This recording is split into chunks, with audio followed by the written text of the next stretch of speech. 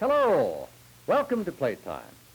I'm Jerry Bartell, and these are the Playtimers who will join me in acting out a story for the young and the young in heart.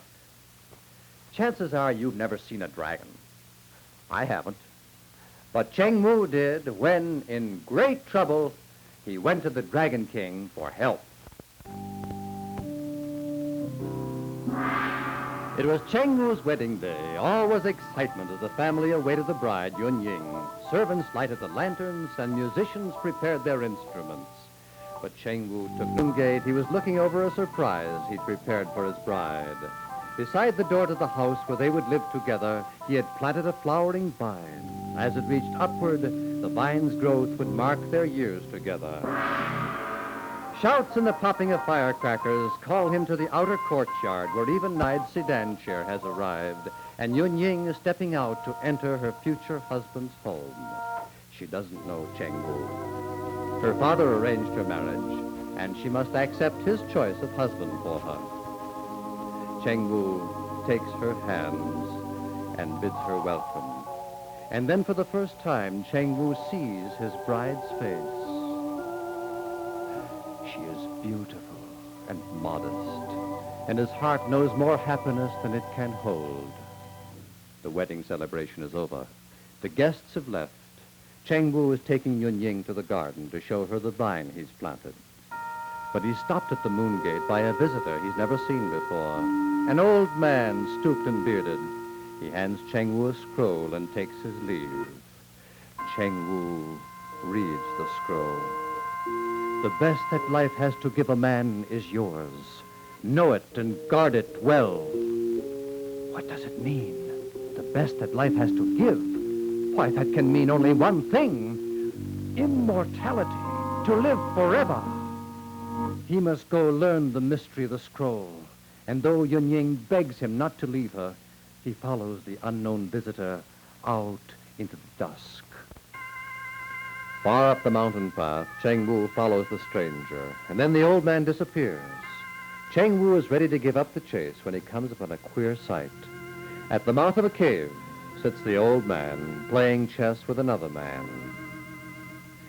It would be rude indeed for ChengWu to interrupt their play with questions, so he sits down and waits for them to speak.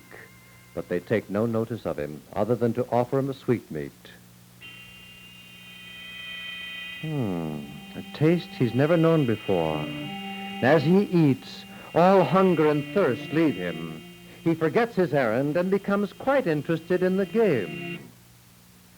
After some time, he gets up to go, and is surprised to see that the old men's beards are much longer than when he came in. I hope my beard never grows as quickly, he said. How long do you think you have been here? Oh, perhaps half an hour. Half an hour or half 1,000 years. They are the same to one who has sampled these. Go to your home and see what has happened since you left.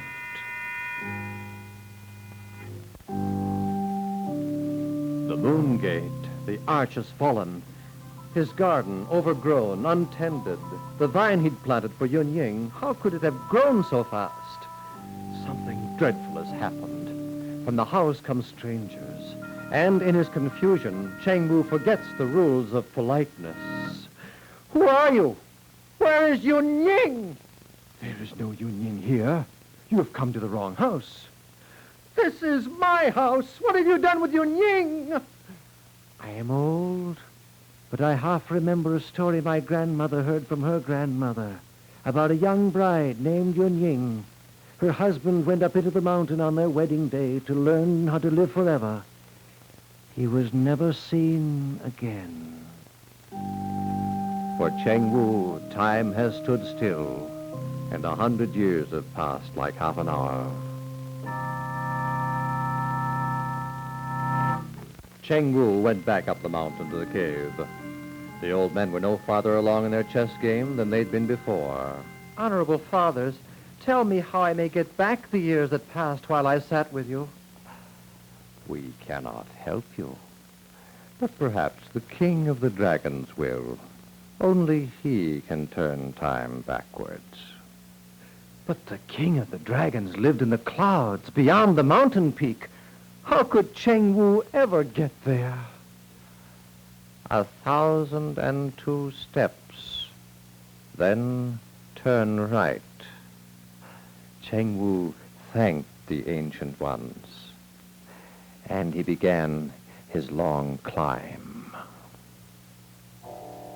Through flashing light and blinding clouds, ChengWu approached the throne where the Dragon King sat and watched the world of men through the great window of now.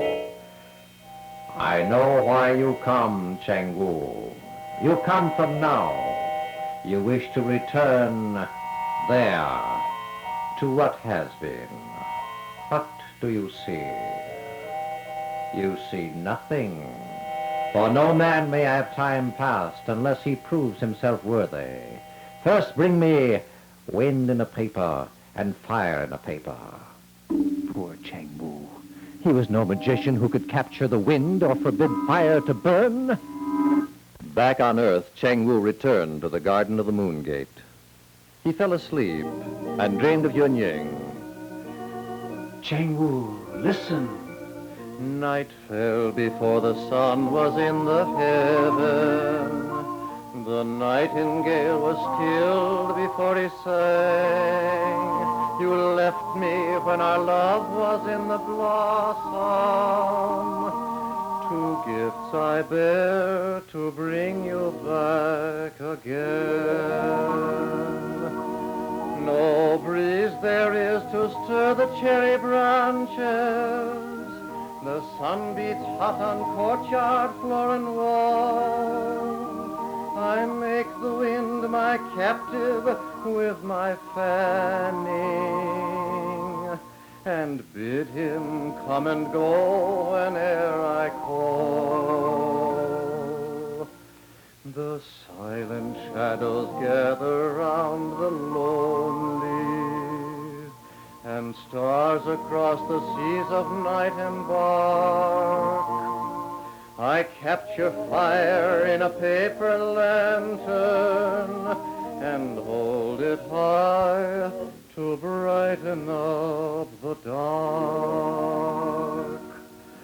ChengWu, ChengWu, my gifts to you. Of course. Wind in a paper, a fan, fire in a paper, a lantern. The Dragon King was pleased, but he had one test more of ChengWu's worthiness to return to the past. Tell me, what is the best that life has to give a man? ChengWu would not be wrong again. Honorable sir, the best that life has to give a man is a helpful and loving wife. What happened then? He was never sure. He stood before the window of what has been. Thunder, crash, and black closed in around. The next he knew, he was standing inside the moon gate. In the dim light, everything seemed as it had been on his wedding day. But was it? The vine, was it young and small again? No. Its tough and aged trunk still rose against the wall. He hadn't been given back the years he lost. It was a cruel trick of the Dragon King to punish him. But then the thick trunk vanished, and the young green plant reached up the wall in its place. And a voice, ChengWu, is it you? Where have you been so long? Come, my pretty one. See what I have planted. It will grow strong and tall as our sons grow beside it, and beautiful with blossoms as our daughters play in its shade. And then a strange thing happened.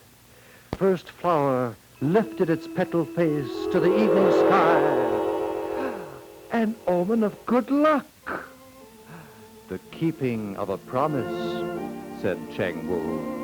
And to the land of the sun and the moon and the clouds he raised his eyes to thank the Dragon King. For beside him stood once more the best that life has to give a man. He would guard it well.